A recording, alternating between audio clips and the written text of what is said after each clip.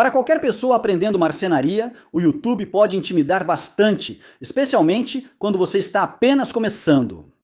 Então, neste vídeo, vou voltar ao básico e vamos fazer alguns projetos fáceis para iniciantes. Vamos usar ferramentas acessíveis e, se inspirar, use qualquer madeira para tentar também. Tem um bônus extra, especialmente no primeiro projeto, pois realmente acredito que há mercado para vendê-los. E esse primeiro é tão simples, envolve apenas 4 cortes, 2 rasgos e 2 furos. E é isso, vamos começar. Isso envolve isso aqui e seu cachorro, que provavelmente usará 2 desses por dia, um para água e outro para comida. Vamos criar algo simples e atraente para segurar os potes. O primeiro detalhe interessante é minha escolha de madeira, sapile. Eu pedi tábuas finas porque acho que elas são as mais estáveis. Então, o que vamos ter que fazer primeiro é aplainar as bordas para colá-las. E como essa é uma construção amigável para iniciantes, bem, deixa eu te mostrar como eu aplaino as bordas das minhas tábuas. Para quem não tem ferramentas grandes, acostumar-se com uma plaina manual, como a número 5 ou maior, melhora muito a marcenaria, pois permite fazer projetos maiores. A técnica usada para unir 2 tábuas serve também para juntar 5, 6, 7 tábuas e fazer uma mesa de jantar. Estamos apenas colocando as peças de madeira costas com costas. Assim, ao aplainar, qualquer ângulo ou diferença em uma passa de forma oposta para a outra. Então, quando você colocá-las de volta novamente, você vai obter uma tábua plana. São truques como esse que quero trazer neste vídeo para ajudar iniciantes e quem aprende marcenaria a aproveitar melhor suas ferramentas. Enquanto colo as tábuas e prendo nos grampos, certifico-me de usar a mesma quantidade em cima e embaixo para garantir pressão uniforme. Posso te dizer agora que uma coisa que descobri durante essa construção e que não usei em outras é que, ao criar detalhes repetidos e combinados no projeto, ele se torna automaticamente mais agradável para qualquer pessoa que o veja. Agora precisamos começar os cortes. Essas são as únicas ferramentas especializadas que você precisa. E se você nunca usou um esquadro junto com a sua serra circular antes, é a coisa mais fácil de se fazer. Há alguns truques nisso. Após marcar a linha de corte, não posicione o esquadro sobre ela, pois a maioria das serras circulares tem uma distância entre a lâmina e a borda. A borda seguirá pelo lado do esquadro. Então, a lâmina, no meu caso, fica aproximadamente 35 milímetros afastada desse lado. Então, o que eles fizeram foi colocar algumas marcações úteis na frente que mostram onde a lâmina vai cortar. Alinhe as marcações com a linha do lápis, segure o esquadro na borda da madeira voltado para você e corte com a serra circular. Vamos fazer uma alteração na parte da frente desta serra circular. Se você soltar essa trava, pode realmente colocar a base em um ângulo. Não queria que ficasse muito inclinado, então ajustei para 15 graus. Depois que você ajustar isso, não mudaremos durante toda a montagem. Só vamos mudar a profundidade da serra. Ajuste apenas o necessário para que ela atravesse a base da madeira. Evite que ela vá muito fundo, pois isso piora o corte e reduz a segurança. Se você acabar tendo muito lascamento na parte de cima da tábua que está cortando, talvez queira considerar colocar fita crepe azul antes de cortar. Ela vai segurar as fibras para baixo, evitando que levantem quando a lâmina cortar. Sou o Mark do futuro, voltando porque não gravei a marcação da tábua e quero mostrar como é simples. Depois que sua tábua sair dos grampos, basta marcar 1, 2, 3, 4 linhas nela. A primeira vai ficar perto da borda, a segunda vai ser a largura da primeira perna. A próxima é a largura do tampo e a última vai ser a largura da segunda perna, igual à primeira. É simples, mas vou explicar a origem das medidas. O diâmetro das minhas tigelas é de 180 milímetros, então o que eu escolhi para o tampo é um tampo de 500 milímetros e as pernas vão ter cerca de 120 milímetros. Ao olhar para a tábua desenhada, o lado direito é onde faremos todos os cortes. Após remover uma perna, giramos e retiramos a outra. Não vamos cortar 2 na mesma direção, senão o que vai sobrar na peça de cima são ângulos paralelos. Queremos que fiquem opostos porque vai ficar muito mais bonito. O primeiro corte faz um ângulo na parte inferior da perna e o segundo remove a perna, deixando um ângulo no meio, que será o topo do suporte. Depois, viramos e fazemos o mesmo de novo, o que vai nos deixar com duas pernas idênticas e os ângulos corretos na parte de cima. Note como prendi tudo firmemente, inclusive o esquadro. Assim você só precisa focar na serra circular.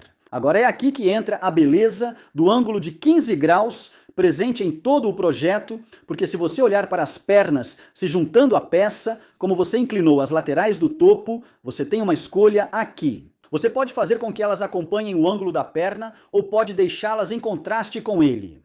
Mas, de qualquer forma, quem olhar para esse projeto talvez não entenda por que ele é agradável, mas será, pois os ângulos fluem e se complementam. Então, o que vamos fazer agora é os cortes de encaixe, e eles serão feitos exatamente da mesma forma que cortamos as pernas. Vamos fazer um corte e depois vamos segurar a perna contra ele e marcar uma linha para sabermos onde parar. Mas não vamos chegar até lá sem conferir em cada etapa. Tudo o que vamos fazer é uma série de cortes o mais próximos possível uns dos outros. Geralmente, só mova o esquadro após cada corte, talvez a largura da lâmina, cerca de 1 ou 2 milímetros, como todos já fizemos. Confira se a profundidade não está ajustada para atravessar toda a peça, ou 2 tigelas do cachorro vão virar um só. Você pode acabar fazendo 10, 12 cortes antes de chegar perto daquela linha, e aí você vai querer ir devagar, porque o que estamos fazendo aqui são medidas reais. Medidas reais são o que você vê e encaixa, não o que acha ser a largura da madeira e insiste até perceber que ficou largo e a perna bamba. E lembre-se do que fizemos ao cortar as pernas. Depois de fazer um rasgo em uma direção, você definitivamente precisa virar a tábua, senão não vai ter o ângulo certo no rasgo para ir à próxima perna. Vale a pena conferir 2 ou 3 vezes para garantir que a lâmina está na direção certa. E assim que você inclinar a lâmina, as marcações na parte da frente provavelmente não vão ficar tão precisas. Então, na verdade, dê uma olhada em onde a lâmina toca a madeira para ter uma noção real de onde o corte vai ser feito.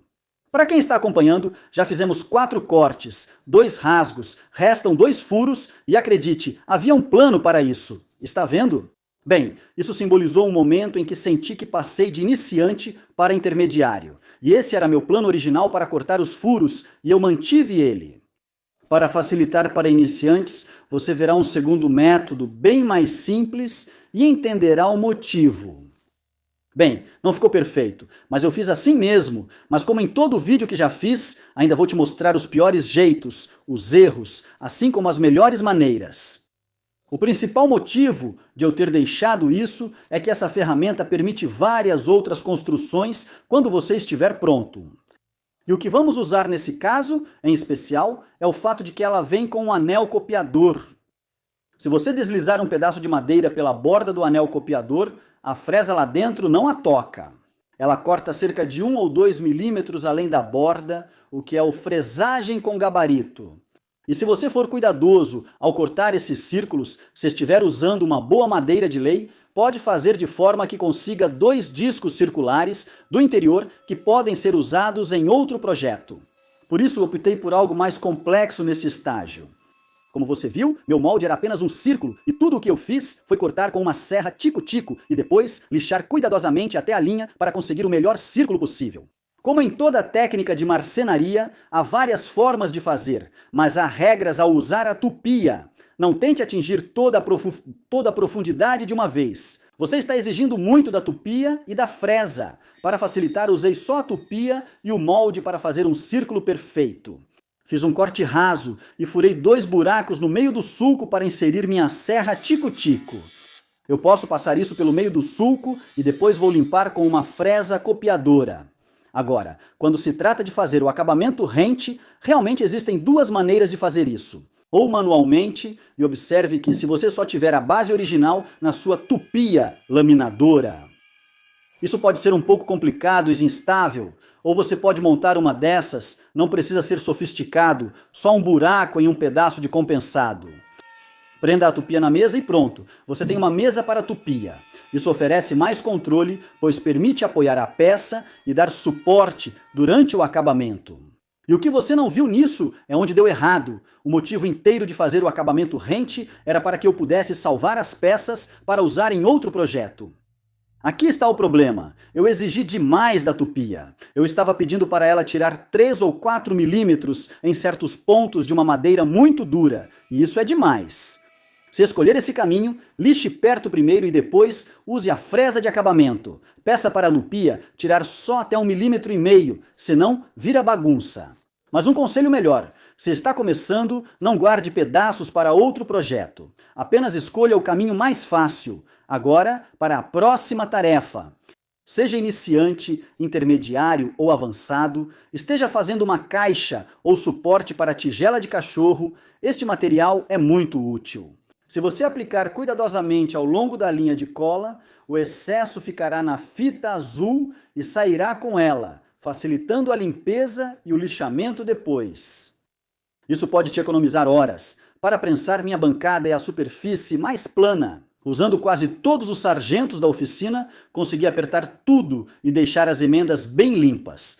Prometi uma versão mais fácil antes e aqui está ela. Na maior parte, a madeira é de palete.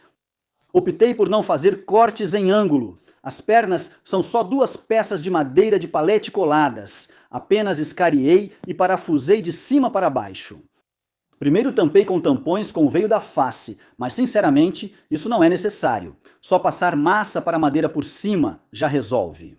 O buraco foi feito só com uma serra tico-tico. Não quis salvar a peça central, então fure em qualquer lugar. Corte o mais próximo da linha e lixe o resto. E nos detalhes finais, coloquei um pedaço de sucata de sapele na frente para evitar que entortasse a parte mais fina. E para manter fora da água, eu só coloquei pés na parte de baixo. Isso é o mais simples que dá para fazer. E também eu escolhi uma tigela mais fácil de trabalhar porque ela tem uma borda bem larga. E isso realmente é a forma mais fácil de cortar um buraco. O último trabalho é o acabamento. Não apresse, pois essa etapa deveria representar 1/3 do projeto.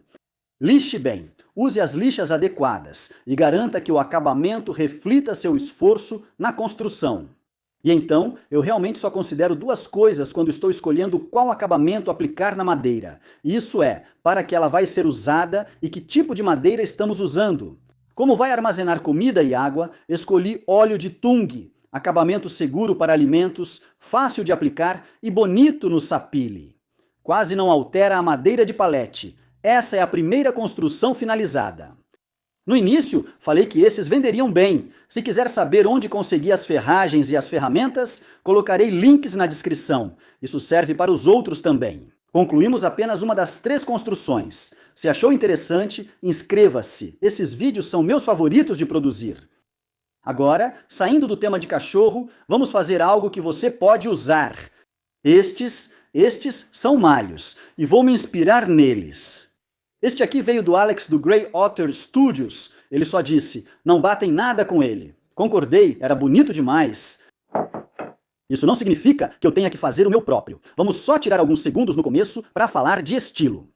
Eu adoro as madeiras contrastantes que o Alex usou no malho dele. Eu gosto do tamanho desse malho. Primeiro, vou usar meu falsa esquadria para encontrar o ângulo e transferi-lo para uma madeira do nosso malho. Vou usar sapele e carvalho na peça central. Não precisam ter a mesma espessura.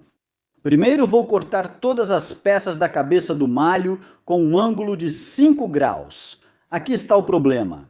Se você estiver usando uma serra de bancada com um guia de esquadria ou uma serra de esquadria, pode simplesmente colocar um ângulo de 5 graus e cortar do jeito que quiser. Prefiro de um jeito mais simples para iniciantes, usando serra circular com guia reta. Para isso, se você for pelo mesmo caminho que eu, deixe essas peças o mais compridas possível, porque assim você terá muito mais estabilidade ao fazer os cortes. Corte a peça do bloco principal, marque e prenda bem, usando uma guia reta. Em cortes com serra circular, sempre apoio com esquadro, ideal para ângulos de 90 graus. Queremos um ângulo de 5 graus aqui, então o esquadro só funciona se o inclinarmos um pouco para coincidir com a linha e deixar uma folga. Agora, se eu preencher essa folga com um pedaço de madeira e prendê-lo com fita, é um truque simples, mas eficaz. Assim, alinhar a lâmina com a linha e usar o esquadro como apoio vai garantir o corte certo toda vez. Para o ângulo oposto, basta transferir as linhas para a parte de trás da tábua, virá-la e usar o esquadro. Risque o pedaço original na tábua e logo terá as duas partes externas da cabeça do malhete.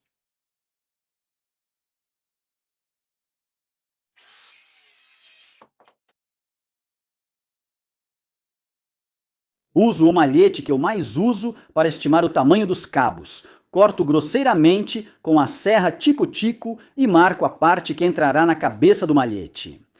Vou cortar cerca de 4 milímetros da parte que entra na cabeça do malhete para ajustá-la e também permitir expandi-la com uma cunha para encaixe perfeito. E sempre que você quiser fazer cortes assim, transferir a linha para a parte de cima vai te ajudar a começar melhor e chegar com mais precisão até a linha conforme você avança. Em seguida, repetir o processo nos dois cortes centrais para criar espaço para a cunha, cuidando para não ir tão fundo quanto nas laterais externas. Assim, você nunca verá onde a cunha fica sob o malho. Na seção central do malho, uso o mesmo pedaço de madeira do cabo, mantendo a espessura. Marco a partir das laterais externas, transfiro para o carvalho e repito o corte em ângulo anterior. Uma peça é colada. Como o cabo entra a 90 graus, a borda traseira da primeira peça deve ser cortada nesse ângulo para encaixar contra o cabo. Não medi nenhuma dessas peças com base em um plano meu. Estou medindo a partir das peças que já cortei, então o que vou fazer agora é juntar todas elas, colocar o cabo na posição e medir a partir da peça para o próximo pedaço que vou cortar. Assim, você consegue uma precisão melhor. A segunda peça interna do malho foi cortada conforme o espaço restante após a colagem da primeira e o encaixe do cabo. Perceba que eu não passei cola até a linha. Isso evita que o excesso de cola vá para o meio. Assim, posso colar toda a cabeça do malho sem me preocupar agora com o alinhamento dos lados. Estou apenas aproximando ao máximo e garantindo grampos suficientes para pressionar bem as juntas. Acho que teremos que modelar um pouco o cabo. Essa é a chance ideal para fazer algo fundamental em todo o projeto. Usar uma ferramenta inédita para você ou com a qual não tem muita habilidade. No meu caso, é a plana de encosto. Então essa provavelmente é a oportunidade perfeita para praticar e fazendo isso eu posso realmente personalizar esse cabo para o meu jeito de segurar. Admito que minha parte favorita foi experimentar uma ferramenta nova e aprender a usá-la na prática. Usar uma plaina de encabamento é bem similar ao uso de uma plaina manual. Desde que a ferramenta esteja afiada e você trabalhe a favor do veio da madeira, com calma e garantindo que a lâmina não esteja muito exposta, o resto é só aproveitar o processo. Fiz um experimento para ver se dava para desbastar a madeira na ponta do cabo. Agora vou modelar o cabo e tentar modelar a cabeça.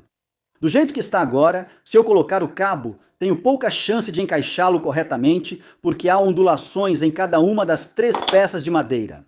Mas isso é facilmente resolvido com uma plaina manual. Se não tiver plaina manual, use uma lixadeira. Qualquer ferramenta que deixe a superfície razoavelmente plana serve. Não precisa ser perfeito. Então só passei a plaina em cima e embaixo para deixar o mais no esquadro possível. Isso me lembrou de um erro que continuo cometendo. Se você vai colar 3 tábuas assim e sabe que vai precisar aplainá-las em algum momento por cima, certifique-se de que todas as direções dos veios estejam indo para o mesmo lado, porque você vai ver que, nesta aqui, de um lado do sapele, eles estão apontando para longe de mim, para baixo. Do outro lado, eles apontam para cima, então ao aplainar o lado esquerdo, vai ficar bom, mas vou acabar arrancando fibras do lado direito, a menos que a plaina esteja perfeitamente regulada, o que nunca está. Vamos resolver isso. Então, tudo o que estou fazendo agora é apenas cortar essa cunha para que ela fique larga o suficiente no topo e com um ângulo raso o bastante para descer bem. Assim conseguimos uma boa conexão com a cola. E quando você martelar, isso vai expandir o cabo para dentro da cabeça do malho e manter tudo no lugar com a ajuda da cola. Agora, eu fiz isso novamente com um serrote japonês, como todas as outras, porque quero mostrar que essa é um projeto bem fácil para iniciantes. Antes de montar tudo, vou dar uma ajeitada e lixar um pouco. Você pode facilmente usar uma plaina manual para esse trabalho ou apenas uma lixa. Gosto de usar o raspador de madeira e a plaina de bloco, mas finalizei com uma lixada rápida. Sempre procuro proteger as juntas com fita durante a colagem para evitar excesso de cola. Isso é essencial no cabo, pois muita cola sai ao encaixar a cabeça no malho. Depois que a cabeça estiver encaixada, a cunha também pode ser colada e martelada. Isso vai expandir o cabo o suficiente para garantir que tudo fique firme e que todas as superfícies com cola se unam entre si. Você pode deixar o topo do cabo exposto ou cortar rente. Escolhi um meio termo, apenas aparar e chanfrar. Como você deve ter notado, é a primeira vez que faço um malhete. Só vou dar um acabamento e pronto. Aqui está o seu malhete. Não importa se você fez isso com serra de meia esquadria, de bancada ou, como eu, circular e ferramentas manuais. Use na sua oficina e aproveite por ter feito algo. A principal lição disso, na minha opinião, é pegar algo que você já tem e fazê-lo cumprir uma função que talvez você nem imaginasse que pudesse, usando apenas um pouco de fita crepe azul e um retalho de compensado. Se você fizer uma peça única para você, saiba que, quando entregar isso para outra pessoa, depois que terminar com a marcenaria, é bem provável que ela também consiga usar e fazer com que sirva para ela. Então, não tenha medo de fazer suas próprias ferramentas, porque elas podem acabar se tornando as ferramentas de outra pessoa no futuro. Já temos 2 construções concluídas e estamos indo para a terceira. E se você chegou até aqui no vídeo e está gostando, por favor, clique em se inscrever antes de irmos para a terceira. Uma coisa que eu adorava quando era um marceneiro iniciante era pegar algo que eu achava que estava além das minhas capacidades e fazê-lo com ferramentas mais simples. Então vou pedir para você ficar comigo nessa, porque o primeiro método para fazer isso vai envolver bastante o uso da tupia. Também vou mostrar como teria feito isso antes de ter a tupia. Nem tudo são flores quando você está usando as ferramentas sofisticadas, porque estes e estes são os experimentos que eu tive que fazer para conseguir o gabarito que eu criei para facilitar muito esse processo. Tenho um laser há quase 1 ano e ainda não sei usá-lo. Mas tem muita gente fazendo esses gabaritos online. Fiz esse porta-chaves em um dos meus primeiros vídeos. Os pedaços de sapele têm ímãs na parte de trás. Então você pode deixar o porta-chaves na parede e pegar as chaves quando precisar. Fiz isso antes de ter as ferramentas grandes que tenho hoje na oficina. Mas como eu disse na primeira construção, qualquer coisa relacionada a animais de estimação vende. Então vamos tentar fazer algo parecido com aquilo, mas voltado para pets. Há 2 métodos aqui. Um usa mais ferramentas intermediárias e o outro é bem acessível para iniciantes com apenas ferramentas manuais baratas. Como em qualquer projeto, a marcação é essencial aqui. Eu quero embutir 3 peças nesta madeira, 2 das quais vão ter esse formato de osso e uma vai ser um círculo no meio. Marquei isso 2 vezes, cada um para um método, sendo um gabarito simples para usar com a tupia. Para isso, só preciso garantir que eu saiba onde o gabarito vai ficar para que eu consiga deixar igual dos 2 lados. Como qualquer gabarito, ele é fixado com fita dupla face que não escorrega. Vou usá-lo para remover todo o material do interior. Se você tiver uma base de mergulho na sua tupia, vai achar isso ainda mais fácil. Certo, então, depois que você tiver um gabarito e uma tupia, esse é um trabalho relativamente fácil de fazer. Não tente remover todo o material de uma vez só. Vá aumentando a profundidade de corte da tupia enquanto avança e deixe o gabarito e a ferramenta trabalharem. Então, olhando para um desses ossos, você pode ver que basicamente são 4 círculos com um retângulo no meio. Posso cortar os círculos com a broca Forstner, depois remover o retângulo com uma broca um pouco menor e finalizar com formão. Há diferenças entre a broca Forstner e a tupia. Com a tupia, é possível ajustar e manter a profundidade uniforme. Enquanto que com a broca Forstner, você vai fazendo no olho e isso acaba deixando um acabamento bem irregular no fundo. Além disso, não dá para evitar a ponta guia no meio, então algumas áreas terão um rebaixo extra. As laterais são muito fáceis de limpar com um formão. Vá trabalhando devagar até a linha, tirando lascas finas de madeira e depois nivele a base ao máximo com o formão. Como pode ver, os 2 métodos funcionam, mas um traz resultados bem melhores e há muitas tupias baratas no mercado. No momento, e para combiná-las, jogos de fresas baratos. Não é preciso gastar centenas de libras, mas, como mostrei, a tupia é mais rápida, entrega resultados melhores e, como disse, amplia bastante as possibilidades de projetos que você poderá realizar. As peças internas que vão nos espaços criados são feitas de modo semelhante, um molde colado em madeira. Você usa a fresa de copiadora para contornar e consegue isso. Vamos começar como na tupia. Fixe o molde com fita dupla face e use um guia de cópia com a fresa de corte reto.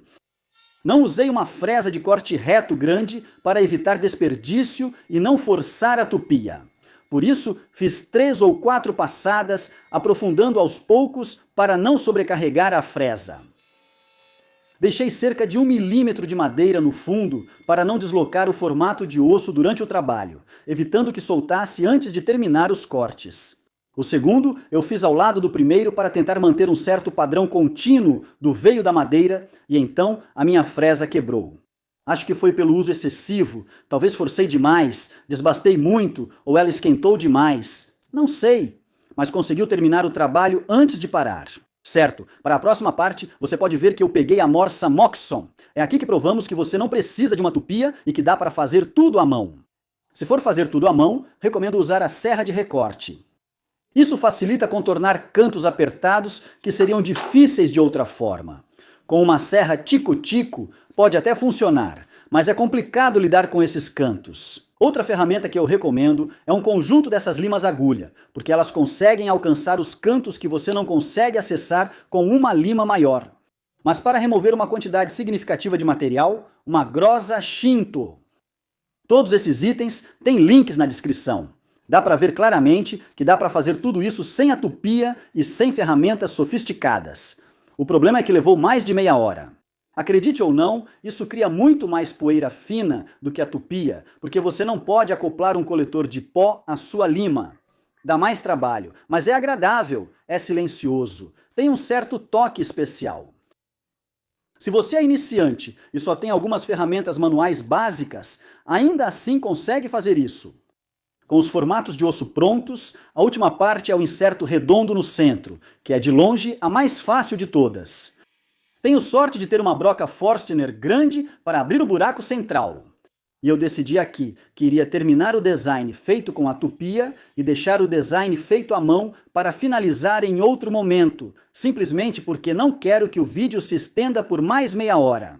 Então, separei as duas seções e chanfrei todas as bordas antes de passar para os toques finais. Agora, cada uma dessas 3 peças vai ser um chaveiro e cada um dos chaveiros vai ter couro e uma argola de chave amarrada, que vou mostrar para você em 1 segundo.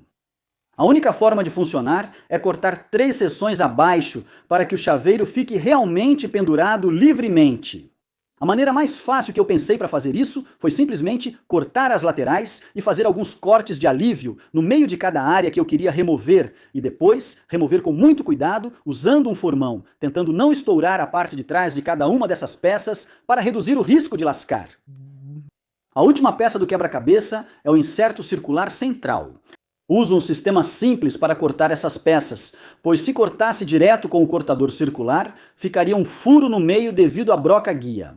Então, o que eu gosto de fazer é furar um buraco em uma peça de compensado e depois retirar a broca que fica no centro. Em seguida, coloco novamente o cortador circular, mas sem a broca, e uso o círculo que cortei originalmente como guia, prendendo-o com um grampo na peça de madeira de onde quero cortar o novo círculo.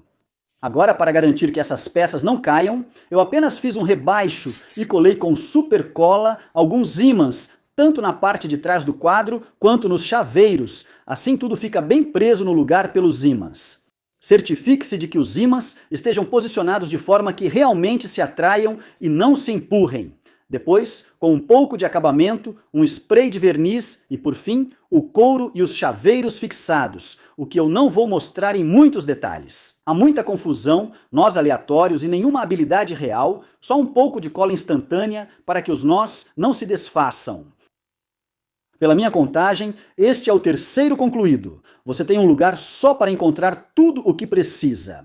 Manter as coisas simples ao construir reduz a pressão e permite praticar o que você ainda não sabe ou precisa melhorar.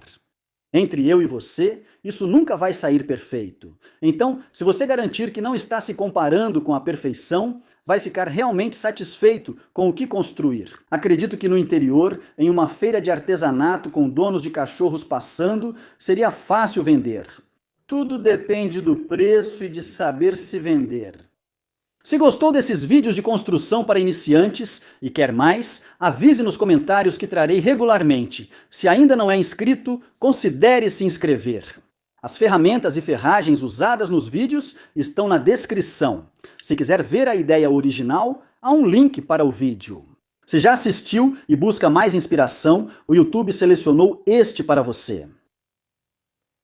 Muito obrigado por assistir. Te vejo por lá.